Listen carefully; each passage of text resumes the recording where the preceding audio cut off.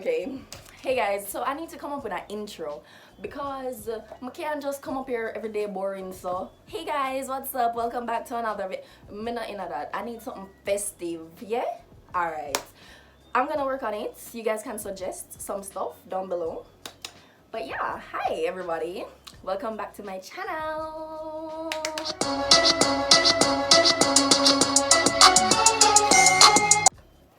So guys, today I'm coming to you with a sit down talk again. That's all I do, but I go fix it up. It go switch up. Wait on it, I promise.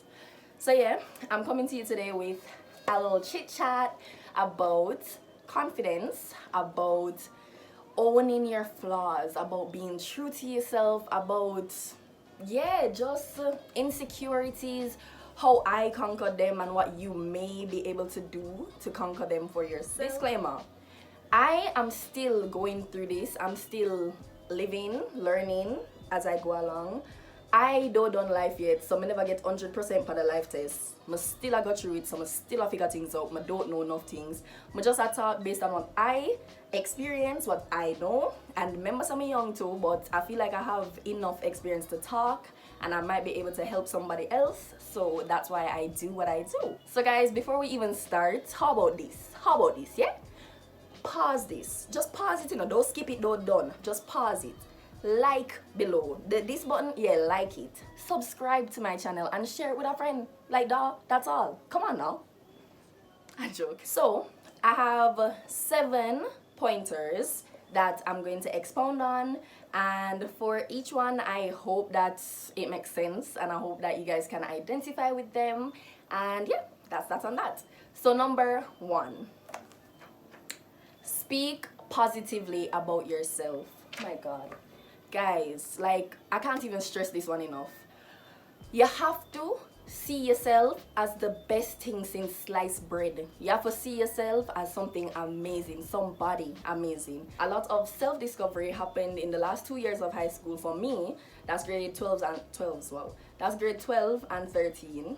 So if I make reference to high school a lot, that's why. So yeah, I feel like in high school I didn't really talk about myself in a positive way. I only saw the negative things about myself. I only saw my flaws. I only saw what I couldn't like about myself and all of that. So it was a really difficult journey, but I'm glad that it's over. Like, I'm at that point. I'm not fully confident and I'm not 100% confident, but for the most part I really am, and I am so grateful for that. So you just have to speak positively about yourself. And at first it was hard for me because I was like, yo, you must think someone mad, like stand up in front of a mirror and I say, you're beautiful, you're kind, you're smart. You know, like, that's madness to me. I'm like, I'm not doing that. But after a while, like, I started practicing. I mean, at the first mood I laugh after myself and be like, watch that idiot here, what I'm sorry, and laugh about it. But after a while it became easier. Like, I never even have to stand up in front of a mirror because that is too much for me. Like, that's too much dramatics.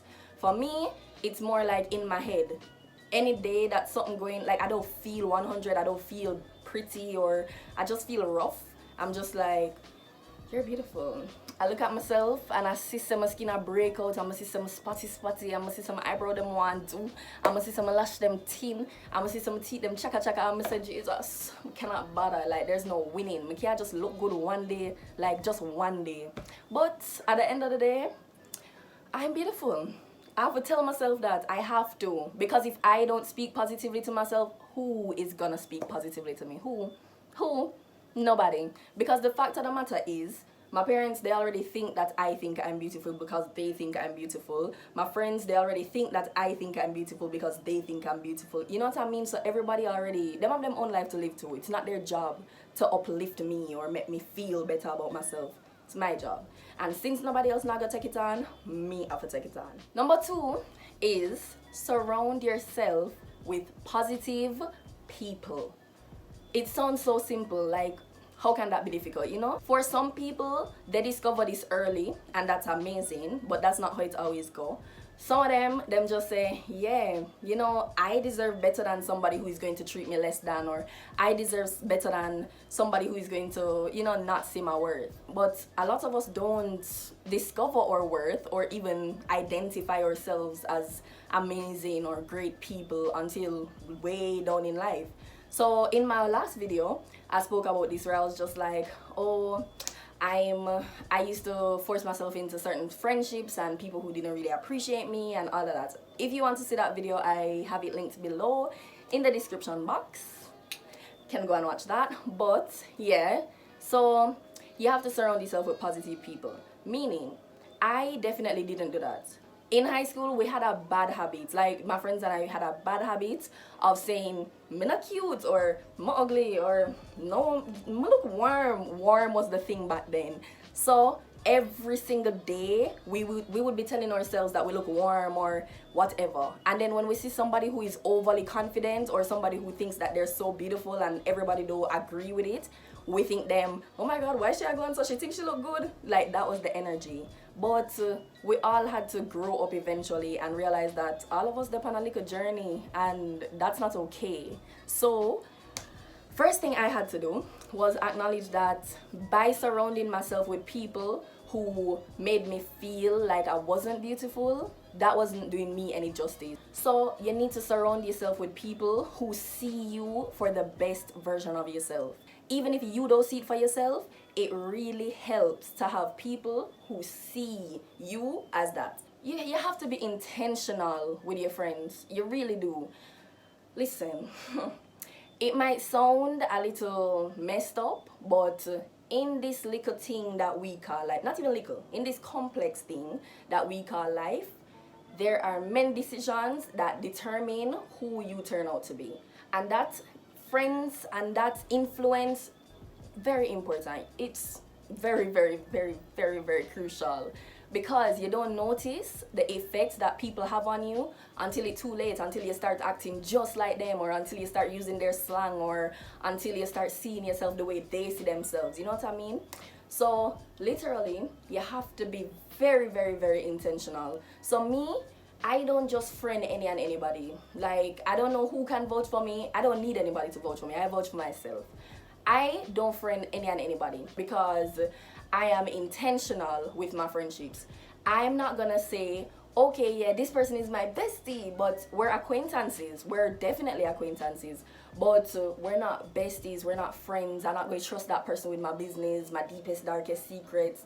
I'm not going to say, oh, I expect a certain standard of loyalty from that person because they're my friend. They're not my friend. They're just somebody that we interact with, or that we have some similarities, or we laugh about the same things, but they're not my friends. It's not just even friendships too. You have to be very, very, very careful, because you see, a lot of times there are people in your own family who are not the best when it comes to boosting your confidence or any of that. Growing up, I had, not even going to get into that, but I had a couple people who really, really didn't do any justice to my self-esteem, didn't do anything good for my emotional stability at all. I had people who, I had a little body growing up, and I would be told, like, you know, I can't wear certain dresses, or oh, that's too tight, and that makes me insecure, because now I'm like, something is wrong with my body because I can't wear this dress but she can wear that dress. You know what I mean? So it made me think that something is wrong with me, when really something is wrong with that person who is looking at me and deciding that I shouldn't wear it because they're uncomfortable seeing me in that dress. Not your business, not my problem. Their problem. Lock your eye. It's that simple. Like, really and truly. If it's inappropriate, that's another story. Like, really.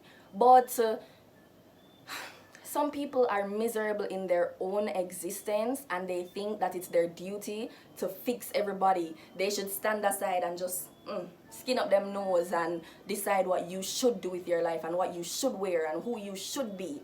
That's not their job. And it took me a lot. And a lot of this that I'm saying right now come from me. Like, it's not nobody must sit down with or any of that. I watched a lot of self-help videos on YouTube. I surrounded myself with people who made me feel better about myself. I'm grateful that I had a mother who I could have got to and be like, oh, you know, so and so said this to me, and she would have told me, say, don't listen to so and so because so and so bad mind, or so and so this, or you know, say that dress was a little inappropriate or whatever, you know. I had that guidance, but a lot of people don't. So in that instance, you have to, you know, implement your own little checklist to say, yeah, this inappropriate, or this, that, or that's somebody a bad mind. You know what I mean? Yeah. So you have to surround yourself with the right people. In the instances like family, for example, and things that you can't change, you don't get to pick, choose, and refuse your family. Really, you're born into it. So it's just a situation where you have to learn people's personality traits and how they behave and how they speak. And if they're a negative person, you just know that this is not the family member that you have to be close to. In fact, you don't have to be very close with anybody. Obviously, in the ideal and perfect world, you want to be close with your mommy, your daddy, your sister, your brother, but the reality is the reality. If that person is a negative person and they're draining your energy and then make you feel bad about yourself and then put you down and then dose the good in you, and you have to be pushing and forcing a friendship and a relationship, you don't need to do any of that. You really don't need to. Because the fact of the matter is, at the end of the day, you can't pick and choose your family, but you can pick and choose your friend. And a lot of friends turn out to be just as close or even closer than your family member. Okay, the third thing is that you have to own your flaws. Okay, so for this one, I wasn't going to go into any stories or any of those things because honestly, I'm an emotional person. I might get really emotional, and I don't like do that on a public platform because people will see you in a vulnerable position or even see you just not your best self and take advantage of that, or decide that it's the time for a meme or whatever. But I decided that I want to do a YouTube channel, and I decided that I want to be unfiltered. I want to be the real version of myself, the best version of myself I can be for y'all. So that's what I'm going to try to be. Okay, so when I was in grade 8, or was it grade 7, which is like your first or second year of high school in the Caribbean for people who don't come from the Caribbean. When I was in grade 8, them time their phone call, Blackberries were the hot phone at that point in time. Everybody had a Blackberry, so you know everybody was in BBM and whatever. Some girls were in a group chat with some guys. We went to an all-girls school, so they were in a group chat with some guys from another school, which was an all-boys school, I believe. And they were rating like all the girls in our lunch group. Like, for example, Gel is the name of a girl. Gel, and they would put the name of Gel in the group, and so the guys would reply to it and be like, oh yeah, Gel is a 10, Gel look good, or Gel is a 4, Gel ugly, or you know, stuff like that. Kids. But yeah, that's what they were doing in the group chat. I wasn't a member of that group chat. I wasn't a part of the group chat at all. And remember, I told you, like, the friend group was kind of weird. We weren't all close or anything. It was just, I was just there, basically. So they were doing this rating thing. And so something happened. Apparently they called a name in the group chat, and then the person said, the guys in the group chat was like, oh, she black and ugly. Okay guys, let me just take this moment to add that this was grade 7. It was a traumatic experience, obviously, and this is not, well, I'd hope that this is not the view of these people now, but it is what it is. I'm just telling the story. And everybody was laughing about it, so I was just like, oh my god, who would they say that about? Like, oh my god, that's so mean. But me that they are chuckle too, because everybody are chuckle, so it must be funny. So me that they are chuckle, only for find out, so the person that was black and ugly was me. So then now when I realized that it was me, obviously the joke not so sweet again. Like, we not kiki again. Well, me not kiki, but everybody else was like, they dispersed at that time. Like, they all walked in different directions, and the group suddenly was no longer a group. But the joke was on me, so I was just like, wow. Like, I was shook. I did want ball. I'm not gonna tell you, like, I wanted to cry, because first of all, this is a stage of my life where I thought that I was cute. I told you guys this. I thought I was. That caused everything to plummet. Okay? Nothing named confidence after that. That day I went home, I cried to my mother, I tell her say, oh, the boys were laughing at me and calling me black and ugly. That time I used to swim competitively, and you know, anybody who is a swimmer, like, you know, say you burn up your skin, burn right up. Like, my complexion was probably this. Like, I'm gonna put a picture here of what I looked like in grade 8. You're gonna laugh, but it's okay.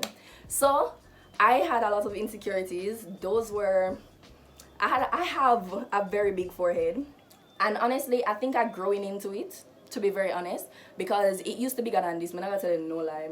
And then before, in grade 8, I used to have cream hair, which is like a relaxer, but I never used to like cream it all the time because I have like soft hair, so I never used to cream it all the time. So I used to catch up my hair really loose on the top of my head and things say cute.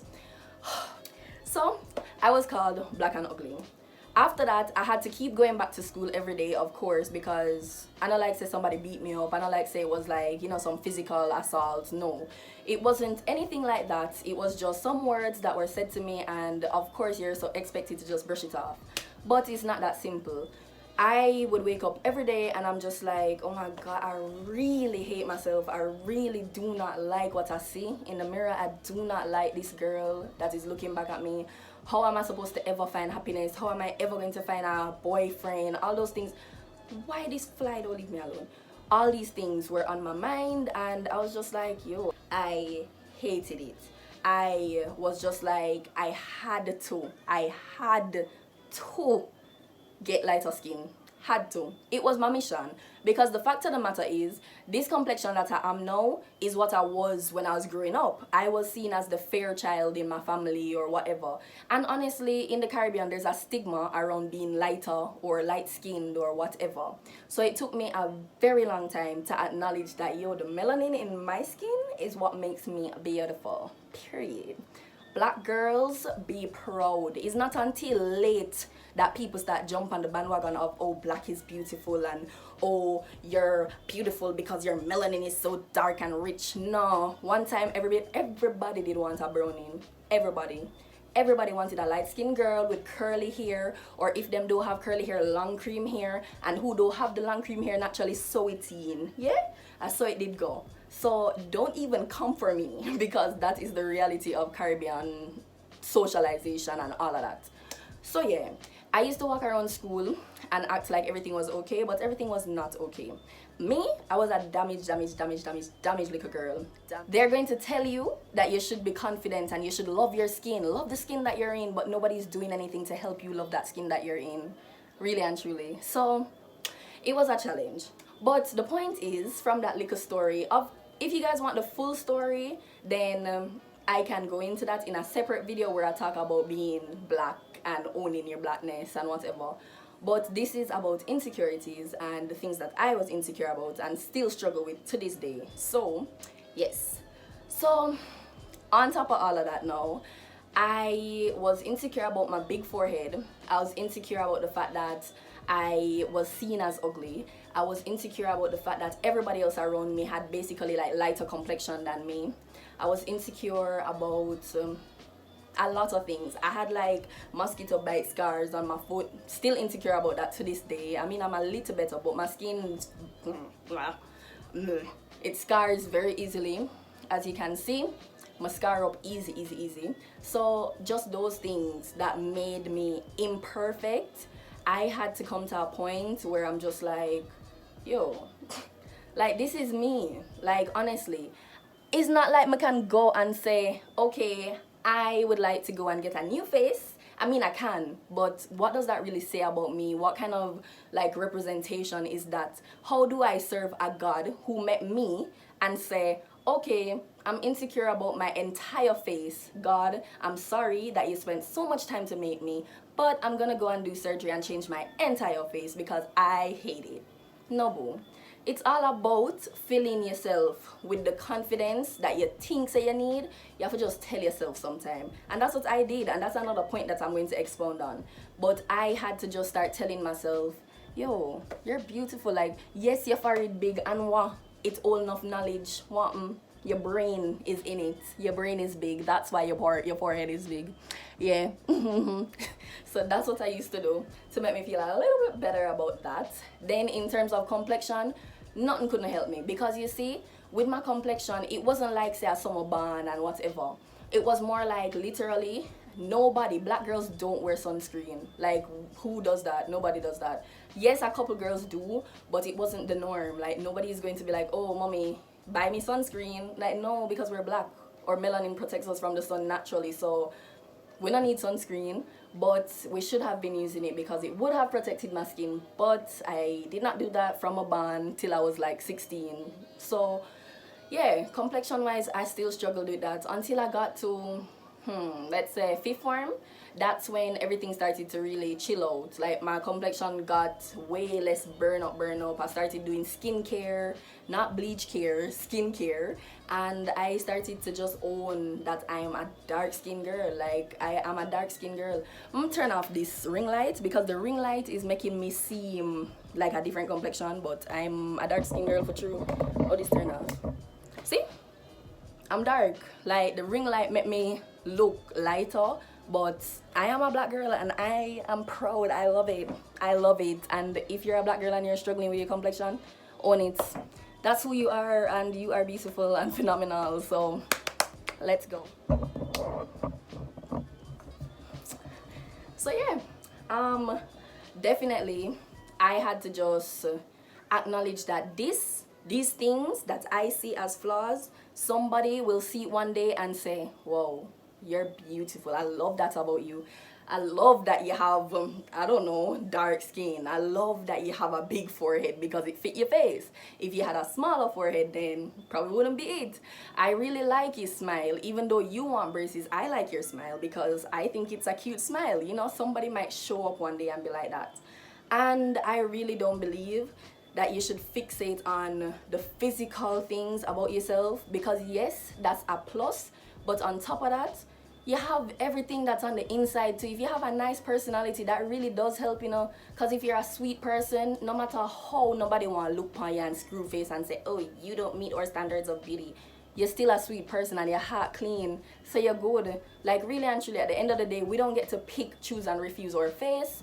We don't get to pick, choose and refuse our teeth or eyes or forehead size or body type. We don't get to pick, choose and refuse any of that. But we're making the image of God.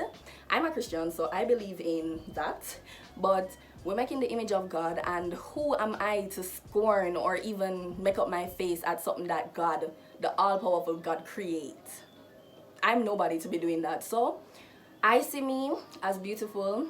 I see me as what I am. Like, I was made this way. I'm going to embrace it. I'm going to own it. It is who I am. Take it or leave it. And really and truly, anybody who don't want to take it, never worthy of it in the first place. Thank you very much. Hey guys, I ended up having to make this a 2-part video because it was extremely long, and I know ain't nobody trying to listen to that. So if you'd like to see the other half, then head on over to my channel where it will be.